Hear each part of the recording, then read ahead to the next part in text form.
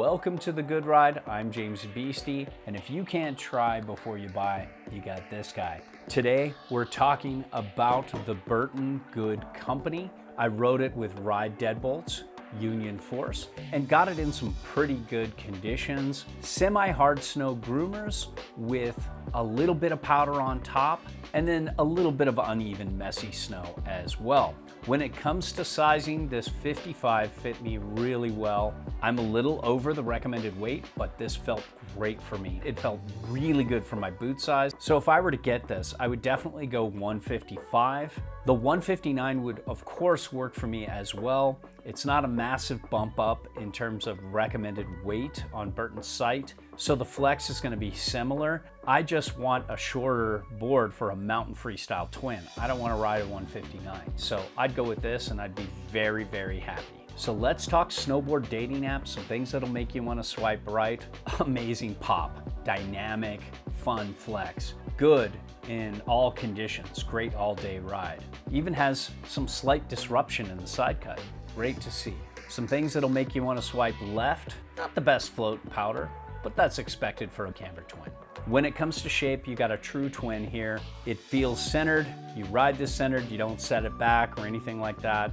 When it comes to camber profile, you can see this has a lot of camber. Definitely not the easiest to skid a turn. Pretty technical for these days. More for advanced to expert riders or an intermediate who's willing to take a few lumps. This tracks incredibly well.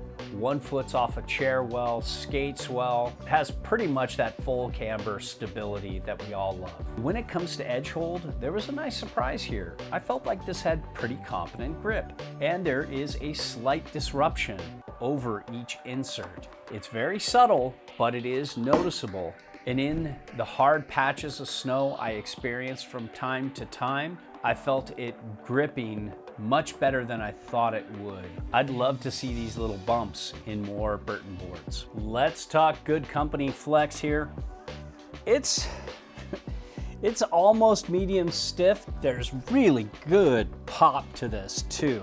What you'll notice though is when you see me flex this, there's a little more give in the middle than most Burton boards. I found this okay to butter and more challenging than most twins, but man, this thing could pop. I was surprised at how easy it was for me to access this and really get this to spring. When it comes to getting this dynamic flex personality in all conditions, it does very well. I feel this is a good all-day ride. Anything from hard, uneven snow all the way up to soft, uneven snow, this is gonna do pretty good, especially for a twin.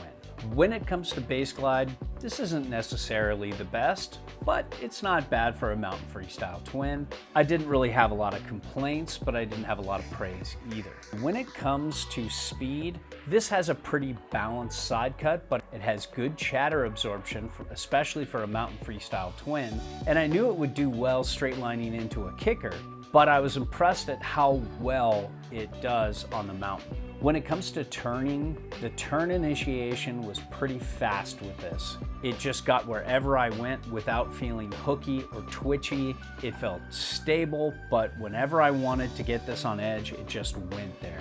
When you get this on edge, I just love the way this turned.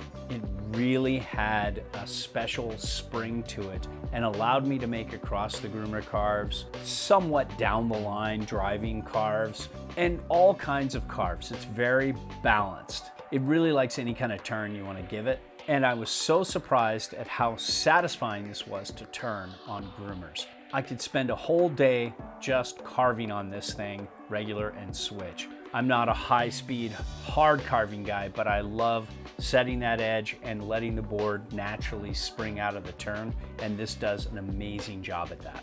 When it comes to powder, this is not a board I want to be on.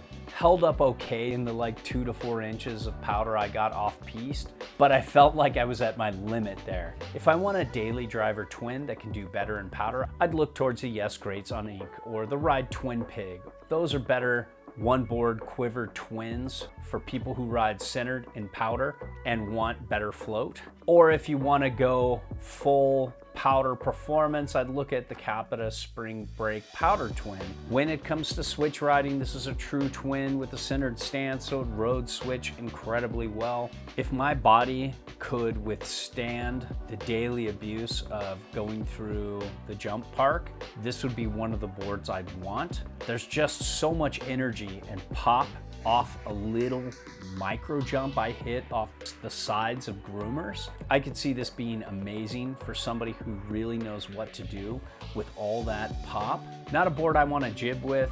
There are much easier, softer flexing boards out there, like the Burton Rewind, the evolution of the name dropper. So overall, I was really impressed with the good company. I did feel like I was in good company. At every turn, I had a good friend to help me through that turn. It had amazing pop. This is the kind of board I'd like to ride in everything but powder. There you have it.